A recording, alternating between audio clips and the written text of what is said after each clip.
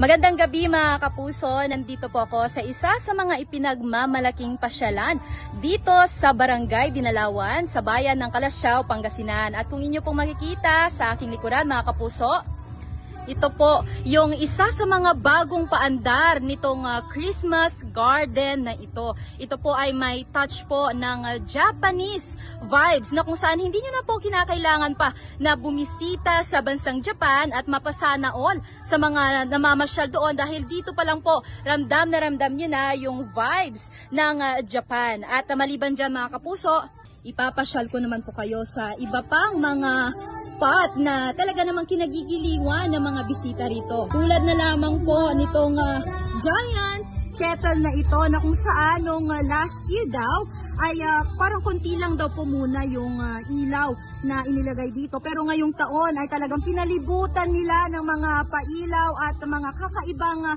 Christmas lights para naman magmukhang realistic at mas engaging ito sa mga bumibisita. Dito po ninyo na sa palibot nitong Christmas garden ay punong-puno po talaga ng pailaw at maririnig din po natin yung mga Christmas songs na tiyak familiar po sa atin lahat. Ito naman mga kapuso, ito yung matagal ng tree house na isa sa mga highlights po dito sa Christmas garden. Last year nga mga kapuso ay halos mga 10 giant Christmas balls lang daw yung mga nakadisenyo dito, pero ngayon dinagdagan pa nila ito para sa mga chikiting na bibisita dito sa Christmas garden. Sa rin sa mga bagong paandar nila ngayon, itong Christmas tree na dati parang simple lang daw ang pagkakadisenyo nila, pero ngayon meron na pong parol.